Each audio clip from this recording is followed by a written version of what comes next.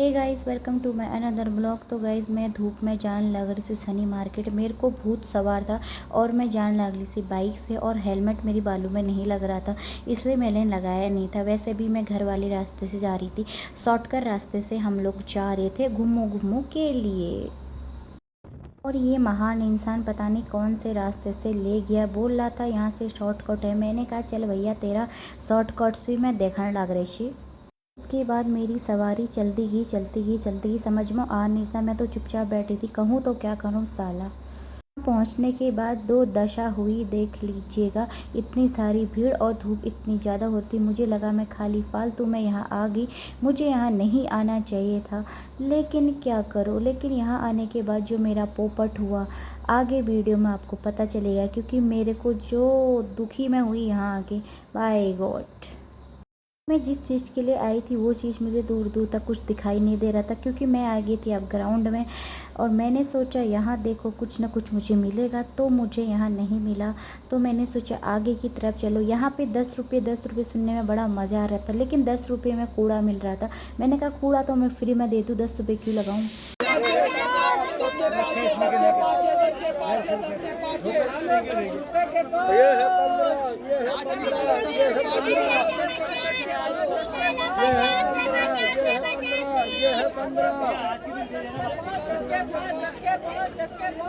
ये है 15, ये है 15।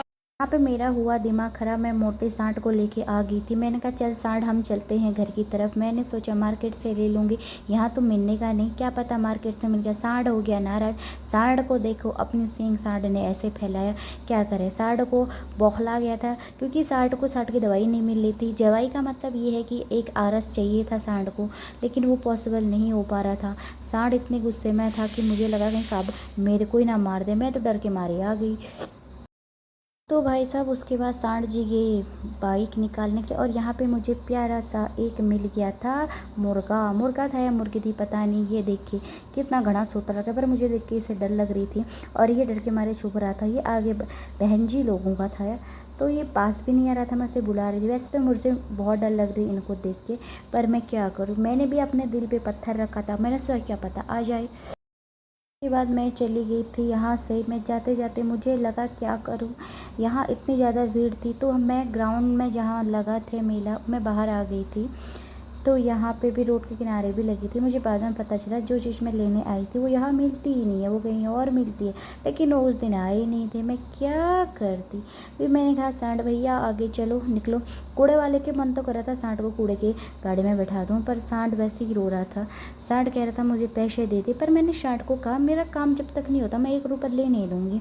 तो सांड गुस्से के मारे इधर उधर डोल रहा था। मैंने कहा सांड भैया थोड़ा सा आस्ते आस्ते जाओ, पर सांड मेरा सुनने का नाम ही नहीं ले रहा था। और इतने सारे लोग आए थे। जब हम आ रहे थे तो उस समय बहुत कम भीड़ थी, जब हम जा रहे थे लोग आ रहे, क्योंकि उस समय हो गया था 6:30 और 7 का समय हो गया था। लोगों का आने का समय यही था। यहाँ गोलगप्पा भी दिख रहा था, लेकिन मुझे गोलगप्पे में कोई इंटरेस्ट नहीं है। और ये देखिए कितने खतरनाक लोग थे। 7वां अजूबे जो जिसको देखने हो ना, यही मिल जाते हैं। ये देखो भीड़ इतनी ज़्यादा हो रही, क्या बताएं। मैंने टशन में चली गई। उसके बाद मैंने हेलमेट उतार दिया था। मैंने कहा चलान ना तो नहीं कटेगा। मैंने कहा चलान भी कटेगा तो क्या हुआ, चलान ही तो हुआ हो।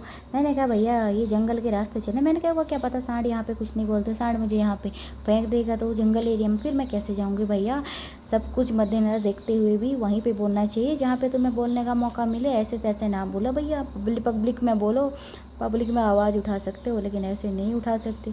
उसके बाद सामने से एक ऑटो भी आ रहा था, और वो मेरे को देख के हंस रहा था। हंस इसलिए रहा था अपनी जान की ना परवाह करके, क्योंकि मैं अब यहाँ पे वीडियो बना रही थी। हंसेंगे भैया, क्या करेंगे, हंसने का काम है।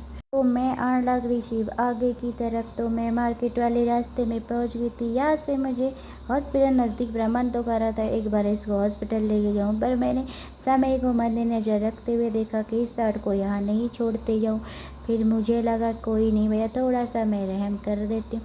आगे की तरफ यहाँ रोड के किनारे इतने सारे बाइक थे, मन करता कोई मेरे को गिफ्ट कर दे, पर ऐसा मेरे दिमाग में ख्याल नहीं आ रहा था। नहीं भी आ रहा था, क्या करें। और मैंने कहा इसे थोड़ा अपनी रेल को उड़ान छोड़े जल्दी से भर, पर ये मेरे सुनने का नाम नहीं ले रहा, क्योंकि इसको नहीं मिला था पौवा। तो भैया ये बौखला गया था, सांड की तरह सांड का ये बड़े भाई बन गया था।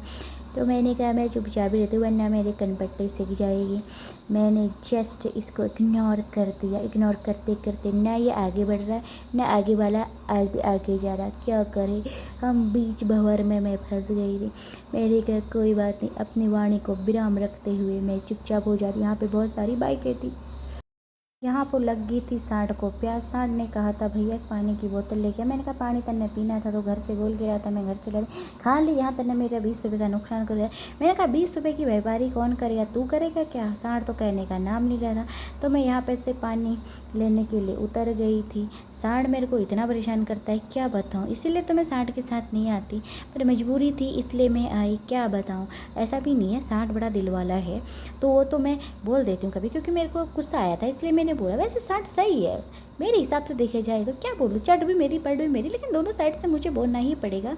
और मैं आगे की तरफ आ गई थी पानी वानी लेके। उसके बाद मैंने सोचा कोई बात नहीं, पानी लेके आ रही हूँ। तो उसके बाद मैं पानी वानी पिलाया सांड को। उसके बाद मैं आ गई थी अपनी मंडी में अंदर घुसने के बाद मैं यहाँ जिस चीज़ के लिए आई थी, यहाँ पर मैं आई थी मैंगो के लिए, बट मुझे यहाँ मैंगो मिले नहीं ठीक रेट में। मैं अपनी वाली मार्केट में आ गई थी। यहाँ मुझे मेरी जो शॉप थी, क्योंकि सैटरडे था और शॉप बंद थी मेरी, मैं आ गई थी यहाँ पे कालू सिद्धि बाबा के मंदिर के यहाँ पे। मैंने कहा चलो बाहर के रास्ते निकलते ही अपना यहाँ से टुक टुक पकड़ो, हम तो चल रहे भाई घर को, क्योंकि हमारा सांडू तो चला गया था। उसने कहा था मुझे लेट हो रहा। मैंने कहा कोई बात नहीं, चले जा, मैं चले जाऊँगी अपने घर। मैंने नहीं जो कहना था, मैं आराम आराम से जा रही थी। यहाँ पर मुझे समय हो गया था 6:30। तो मैंने कहा रोड क्रॉस करते हैं। यहाँ पर बहुत सारी महिलाएँ और पुरुष है। रोड क्रॉस करने में थोड़ा समय का पालन कर रहे थे और धीरज रख रहे थे, लेकिन मेरे पे ये सब कुछ है नहीं, क्योंकि मुझे जल्दीबाजी होती। उसके बाद मैं अपने घर पहुंच गई थी। उस घर पहुंचते पहुंचते मैं क्या बताऊं, ऐसी हो गया।